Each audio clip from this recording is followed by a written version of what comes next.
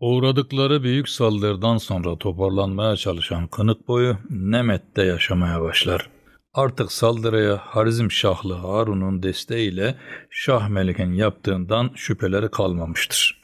Hatta işlerindeki hainin Gümüştekin olduğunu da kesin anlamışlardır. Hiçbir şeyi anlamamış gibi Tuğrul Bey, Sarı Hoca ile Savtekin'i Harizmşahlı Harun'a yollamıştır. Kafileye Sarı Hoca'nın eşi ve Alparslan da dahil edilmiştir. Şimdi bu yolculuğu takip ediyoruz. Alparslan niçin sorduğu anlaşılmayan bir sesle "İnsan niye korkar?" diye sordu. Sarı Hoca boş bulundu. "Salaklığından" dedi. "Bunu yeni söyledin Sarı Hocam. Her defasında bir yeni söz söylüyorsun." "Bu iyi." Bu bacaksız yine ne demek istemişti? Aklınca zevkleniyor olmalıydı hocayla.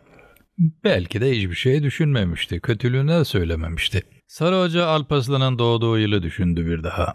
Son günlerde hele bacaksızdan pek çok lafına benzemeyen cevaplar aldıkça doğduğu yılı düşünür olmuştu. Doğduğu yılı bilmese bedenine bakıp aldanacak, konuşmasına bakıp şaşıracaktı. Doğduğu yılı biliyordu, bilmesine de gel gör bu beden, bu gelişim ne o yıla göre bir bedendi ne de o yılın gelişimiydi. Hiç yoktan yaşının 5 yıl üstünde görünüyordu. Konuşmalarına bakılırsa en azından 10 yıl. Yine içi titredi. İster istemez Sarı Hoca'nın içi yine titredi.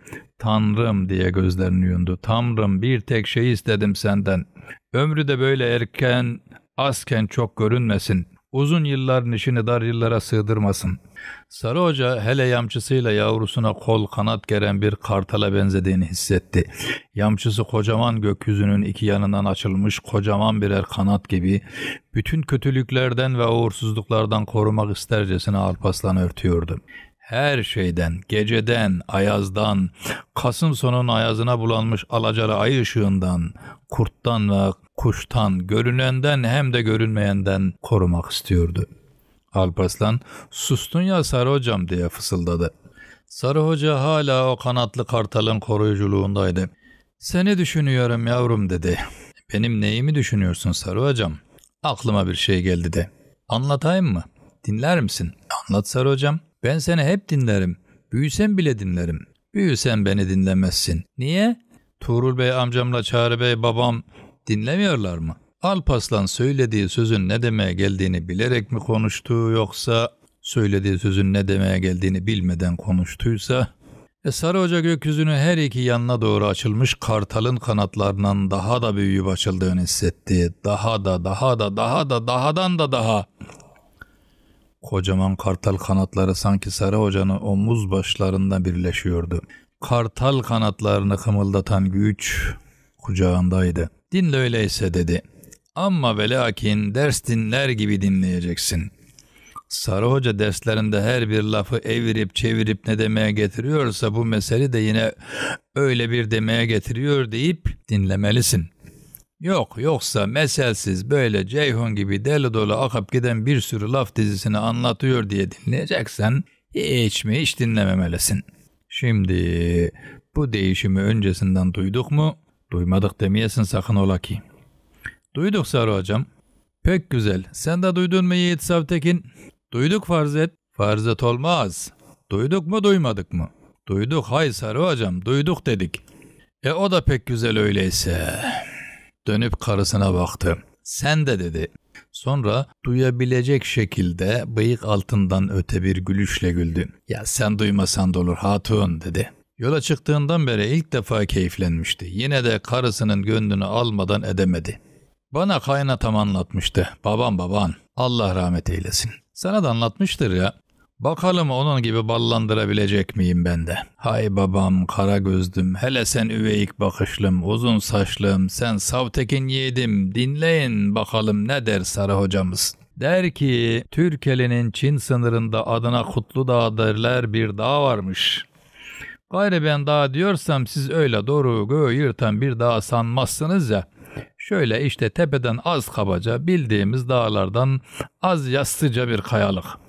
Ne var ki Kutludağ Türkeli'nin tılsımıymış, uğruymuş, hem de kaderiymiş.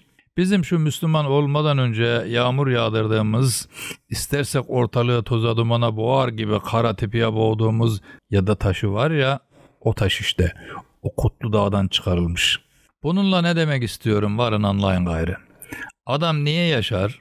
Evini ocağını barkını dirlik düzenlik içinde tutmak, yad ele çiğnetmemek için mi? Hem de vallah hem de billah böyledir. Peki bey niye beydir? Niye beyim diye yaşar? Soyunu, sopunu, obasını, boyunu dirlik içinde, düzenlik içinde tutmak, uğurlardan korumak için değil mi? Öyleyse ona da bir amenna çekeriz. Adam onun için yaşar. Bey bunun için yaşar da ya han ne için handır? Ne için yaşar? Ben derim ki han devlettir. Devlet için yaşar. Ben derim ki ben sarı hocanız, derim ki han da tıpkı adam gibi, bey gibi yaşar. Yurdunu, yurdunun her bir parçasını koruyup gözetmek, bunun için gündüz demeden, gece demeden, durdurak bilmeden yurdunun birliği için, milletinin düzenliği için yaşar. Ne demiş Ulu Türk Bey hocamız? Hangi han töresince töremez, milletini korumaz, milletin malı kapanın elinde kalırsa o hanlığın temeli yıkılır demiş. İşte bunun gibi milletin malı olan Kutlu Dağ'ı da o zamanın boynu vurulası hanı her kim ise Çinli'ye satmış. Ya satmış, kaç paraya mı dediniz? Ne parası? Çıyan gözlü sarı bir soylu Çin kızına değişmiş. Çinliler de o Kutlu Dağ'ın bizim için uğur olduğunu biliyorlar ya. Başka türlü baş edemeyince Kutlu Dağ'a binlerce adam salıp parçalamışlar. O gün bugün bizim uğurumuz gitmiş, ekinler kurumuş, sular çekilmiş, hayvanlar açlıktan kırılmış. Susuzluktan çatır çatır çatlamış toprakta kocaman büyük adam yutan çatlaklar açılmış. Bizimkiler eli böğründe kala kalmış. Ne edelim, nasıl edelim, nerelere gidelim demeye başlamışlar mı sana? Bu ne demeye gelir bileniniz var mı? Bizim Selçuklu'nun yediği şu son baskın var ya, hani Ceyhun'un buzundan geçişimiz, hani Ceyhun'un buzunda baskın artığı sürümüzün suya gark olması var ya, o hiç kalır yanında. O hiç kalır. Demem o deme işte. Bildiğiniz sayılır gayrı. İşte o zaman bir gece yarısı böyle artık ayaza karışmış bir ay ışığı var mıymış yok muymuş onun orasını iyice bilemiyorum. Bir bozkurt peydahlanmış bir dağın doruğunda. Bozkurt da bozkurtmuş hani. Vay ne bozkurt ki ne bozkurt. Şimdilerde pek görünmüyorsa bir hikmet olmalı. Bakarsın ummadığın bir zamanda görünüver. Sarı Hoca bu son cümlesini yine yeni bitirmişti. Birden bir kurt uluması duyuldu. Uzun, henüz uzak ay ışığında gizli ve ayazca keskin bir ulumaydı. Sarı Hoca gerçekten ürperdi. Hayırdır inşallah, hayırdır inşallah diye mırıldandı. Tam da bunun burasında hayırdır inşallah. Karısı öfkeye yakın bir sitemle Sarı Hoca'nın bir anda aldığı büyüyü bozdu. Uzattın yine uzattın ya hoca dedi. Kurt bile kısa kes diyor da duyduğun anladığın yok. Sarı Hoca'nın karısını dinlediği yoktu. Kulakları dikilip yürüyüşleri huysuzlaşan atlara gözleri çakılı. Sanki başucundaymış da kaldırıp gözlerine bakamıyormuş gibi çakılı. Kurdun uzak uluyuşunu dinliyordu. O az önce gökyüzünün her iki yanına salınıp açılan kartal kanatlarının uçları omuz başlarında kıpırdamaya başlamıştı. Kanatlar kurdun uluyuşunda sessiz ve okşayıcı açılıp kapanıyordu. Gözlerini kaldırıp baksa uzaklarda bir yerde kurdun uluduğu sessizlikte kurdu değil Alparslan'ı göreceğini sanıyordu. Ürperişi bundandı. Neden sonra derinden derine içini çekti. İşte böyle bir kurttu herhal o kurtta dedi. Bizimkilere sanki uyanın artık demek istiyordu. Bu yurt size yurt olmaz. Sizin yurdunuz daha ötelerde, günün battığı yerlerde. Şimdi göç vakti, yeni yurt aramak vakti, yarına doğru, yarının yurduna doğru göç vakti. Bunları böyle, yani sizin duyduğunuz gibi yarın diye, yurt diye, günün battığı yer diye söylemiyormuş söylemesine. Sarı hocamız kendiliğinden katıyor ama böyle demeye geliyor diye katıyor. Şimdi Sağtekin oğlum, sen bunu Sarı Hoca'nın gevezeliği sanırsın. Dışından demesen içinden düşünürsün. Öyle de. Ya niye Türkmen durup dinlenmeden o yandan hep bu yana gelir, yığın yığın gelir, bölük bölük gelir, boy boy gelir? Ya Tuğrul Bey'le Çağrı Bey'imizin derdi nedir sanırsınız? Daha önce Ulu Selçuk Bey'imizin derdi neydi dersiniz? Böyle bulut gibi ağıp gelen Türkmen boylarına yeni yurt bulup yerleştirmek değil mi? Hele Çağrı Bey'imiz neden 1 yıl 2 yıl gidip Bizans sınırında eğlendi kaldı? Sağa solu kolaçan etti, hiç düşündünüz mü? Kulağınızı bana verin de size bir laf edeyim. Bu kınık boyu, bu Selçuklu eri geci varıp Bizans sınırına dayanacak.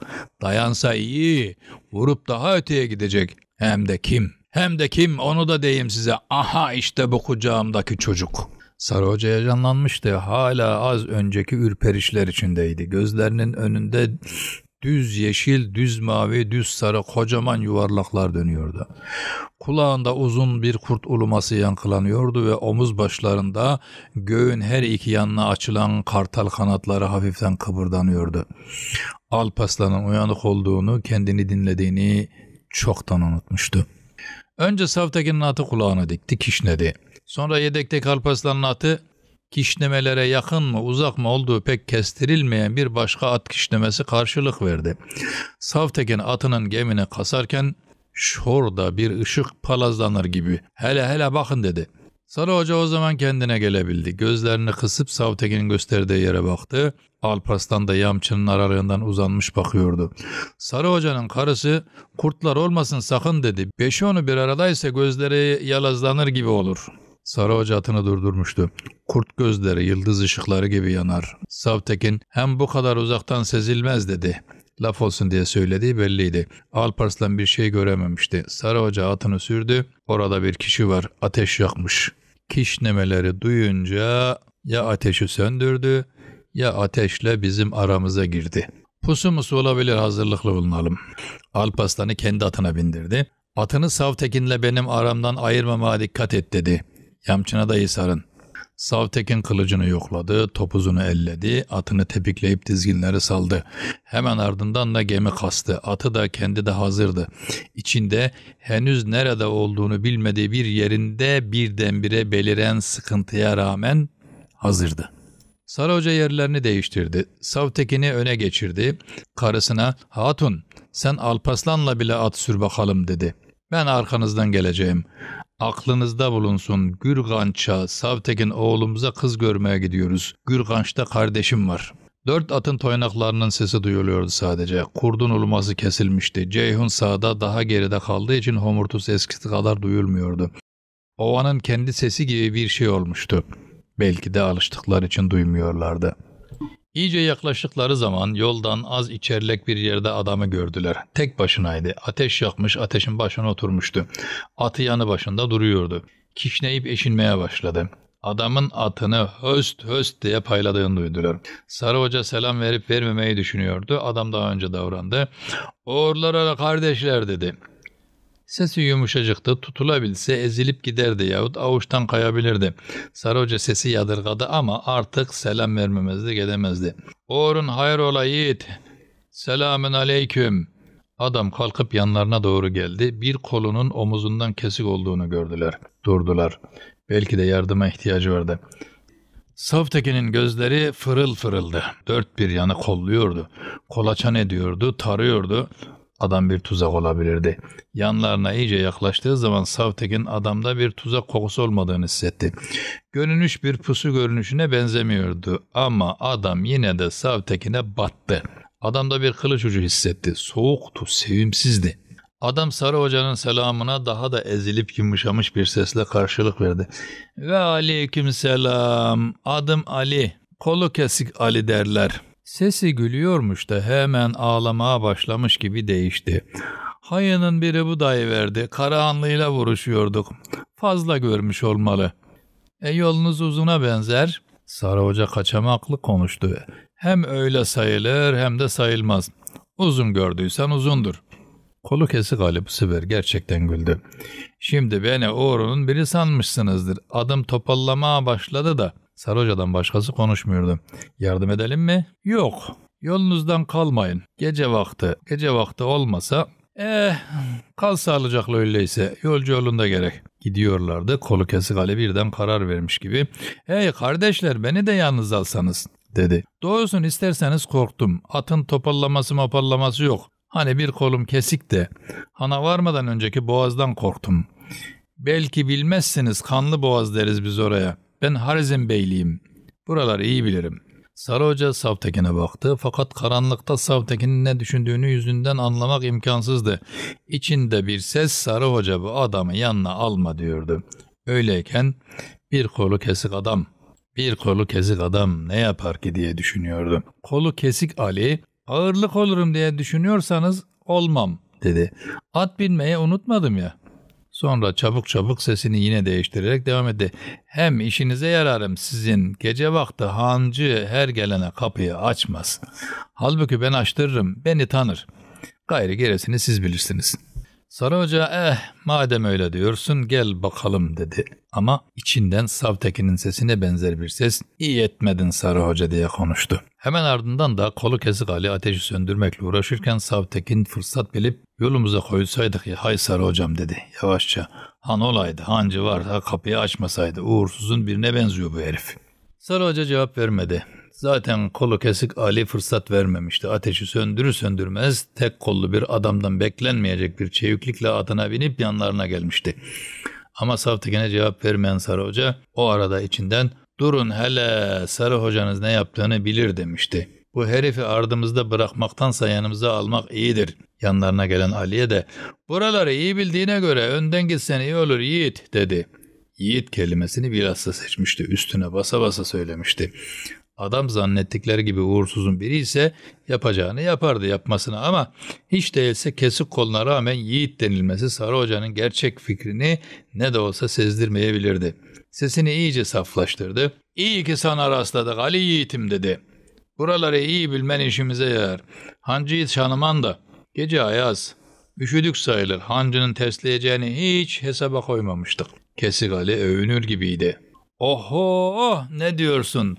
Tanıdığım ters heriflerin en tersidir bu hancı. Bana rastladığınız iyi oldu. Açıkta komam sizi. Atını dehleyip öne geçti. Sorma sahip olmasın ya ay hoca gece yola çıkmak da nereden aklınıza geldi diye sordu. Sarı Hoca adamın bir maksadı olup olmadığını düşündü. Yine de cevap vermedi savsakladı. Hoca olduğumu nereden bildin ki? Sakalım var ya. Kolu kesik Ali'nin sesi gülüyordu. Gizlice Sarı Hoca dikleşti. Her sakallı hoca mıdır hay benim aklı kısa Ali oğlum. Türkmenin senin gibi sakallısı az bulunur. Az bulununca da hoca olur. Tuğrul Bey'den kaçarsınız herhal. Niyeymiş o? Selçuklu daha bu yakınlarda esaslı baskın yedi ya. Kınık boyu dağıldı diyorlar. Tuğrul Bey de Çağrı Bey de zor tutuyormuş Selçuklu'yu. Kaçan kaçanaymış. Doğru mu? Niye baskın yemiş? Selçuklu buralara bir yayılırsa ne Şahmelik kalır ne Harizmli ne de Karahanlı. Bırakırlar mı adama? Sen şimdi 3'ü 1 oldu da mı Selçuklu'ya yüklendiler demeye getiriyorsun? 3'ünü bilmem ya Harizmli ile Şahmelik el ele vermiştir derim. Hele içinizde sizi vurmaya çalışanlar da varsa... Savtekin'in yüreği hop etti. Kolu kesik Ali'yi yakalayıp boynunu sıkıp bildiklerin var senin de bakayım demek geldi içinden. Sabredip konuşmanın sonunu beklemekten başka elinden bir şey gelmedi. Sarı Hoca'nın da pirelenmeye başladığı sesinden belli oluyordu. Ya dedi sen de epey laflara benzer hayali yedim. Hele bakalım. Fakat kolu kesik Ali lafı değiştirdi. Şimdi siz Gürgenç'e gidere benzersiniz. Üstelik Selçuklusunuz da. Gürgenç'te Selçuklu'ya çok düşman vardır. Çok. Selçuklu olduğumuz alnımızda mı yazar? Kolu kesik Ali ilk defa bocaldı. Yani siz dediniz de hemen toparladı kendisini. Oraya varınca da Selçukluyuz demezsiniz herhal. Sarı Hoca Selçuklu olsak Selçuklu olduğumuzu söylemekten çekinmeyiz dedi. Ali'yi paylamak mı istiyordu, gözdağı vermeyi mi düşünüyordu sesinden pek belli olmuyordu. Ama işte düz bir ses değildi. Harizmli dediğinde kafir dinli değil ya, din diyanet sahibi bir hocaya itibar eder herhal. Hem lafa daldık epeyce sürün bakalım atları. Kolu kesik Ali susması gerektiğini anlamış olmalı ki cevap vermedi artık. Başka bir şey söylemedi. Han'a gelinceye kadar da bu böyle devam etti. Han'a vardıklarında tan yeri belli bir alacılığa dönmeye başlamıştı. Han'ın taş duvarları tan yerinin alacasında gelmez silik ışıkta olduğundan daha katı görünüyordu. Ali, Hanın kapısına gelince Savtekin'i yanına çağırdı. "Benim kolum yetişmez hay yiğit. Hele şuraya uzan. Aha o çomağı 3 kere çek bakalım" dedi. Hancı geldiğimizi anlasın. Çomak dediği kabaca yontulmuş meşeden yapılma hant kapısının sağ üst köşesinde, ortasında ip bağlı, bilek kalınlığında 2 ucu topuzlu bir demirdi. Savtekin Ali'nin tarifine uyarak 3 kere çekip bıraktı. Uzaktan hanın taş duvarlarında boğuk ve sağır bir ses 3 kere yankılandı. Sanki keçeye sarılmış bir demir topuz dövülerek incelmiş bir madene 3 defa vuruyordu. Ali gülerek "Ben olmasaydım siz bu ipi bulup çekemezdiniz" dedi. "Kapıyı vurup dururdunuz. Kimse de oral olmazdı." Savtekin gözlerinin dibinde gülen kesik kollu Ali'nin suratında upuzun morarmış ve ip gibi şişmiş bir kılıç yarasını ancak o zaman görebildi. Ali güldüğünde kılıç yarası bir gözünün yukarıdan aşağıya doğru sanki çekiyordu. Gözünün beyazı da morarıyordu.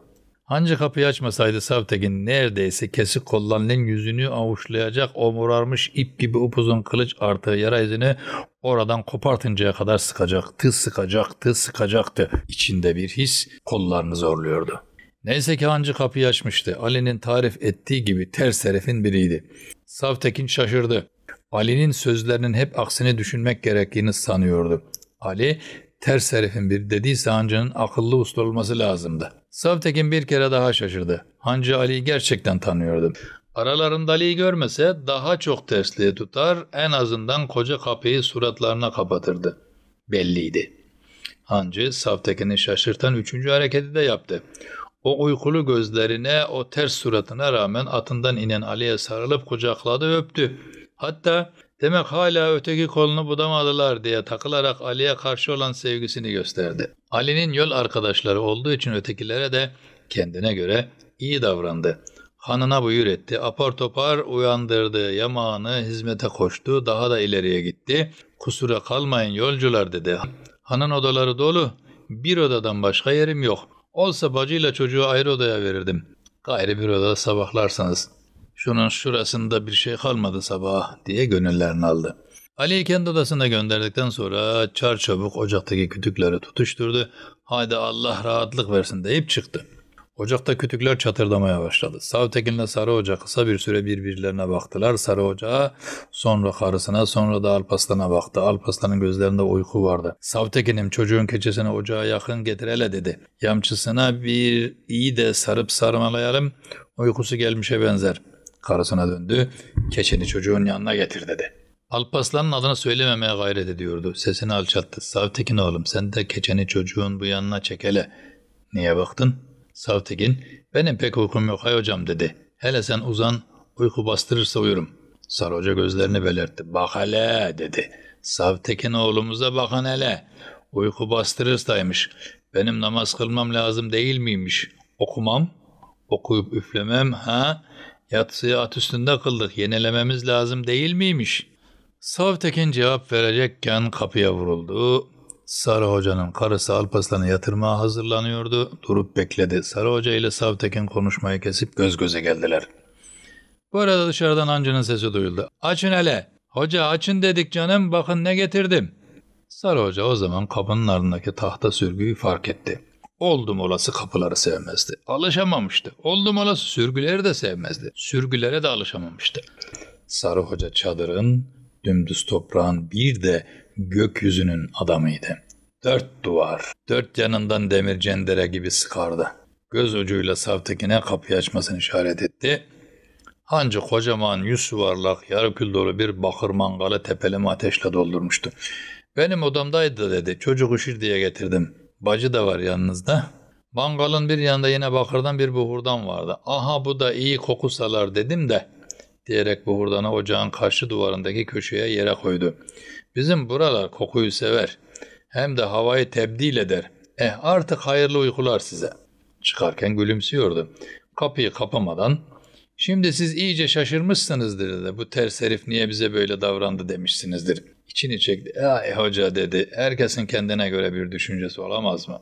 Sen okumuş adamsın. Her şeyi bilirsin. Ali benim kardeşimdir. Baskından önce yiğit mi yiğit, yakışıklı mı yakışıklıydı. Ne olduysa baskından sonra oldu. Nasıl diyeyim? Biraz kaçırdı işte, oynattı. 2 gün önce koyup gitmişti. Size rastlamasa kim bilir nereye giderdi o akılla. Ondan başka kimsem yoktur. Ah ah, o baskın yok mu o baskın? Kapıyı kapatıp gitti. Sarı Hoca da Savtekin de aynı şeyi düşünmüştü. Hangi baskın? Neden baskın lafının üstünde durmuştu? Neden tekrar tekrar baskından bahsetmişti? Sarı Hoca hiç sevmediği halde, hiç alışmadığı halde gidip kendi eliyle kapının sürgüsünü çekti. Sürgü tahtadandı. Pek zora dayanacak gibi değildi. Hiç değilse zorlanınca çatırtısı duyulur diye düşündü. Odaya hoş bir kokuyu almıştı. Kokuyla birlikte odada ısınıyordu. Ocaktaki kütüklerin çatırtısı artık hoşa gidecek bir haldeydi. Mangaldaki ateş odaya sıcaklıkla karışık bir uyku dolduruyordu. Sarı Hoca sıcağı, uykuyu ve kokuyu derin bir solukla içine çekti. Oh!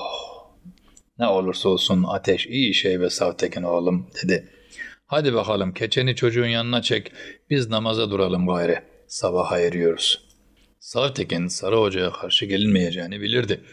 Ayrıca birden hoşuna gitmeye başlayan bir uyku çökmeye başlamıştı gözlerine.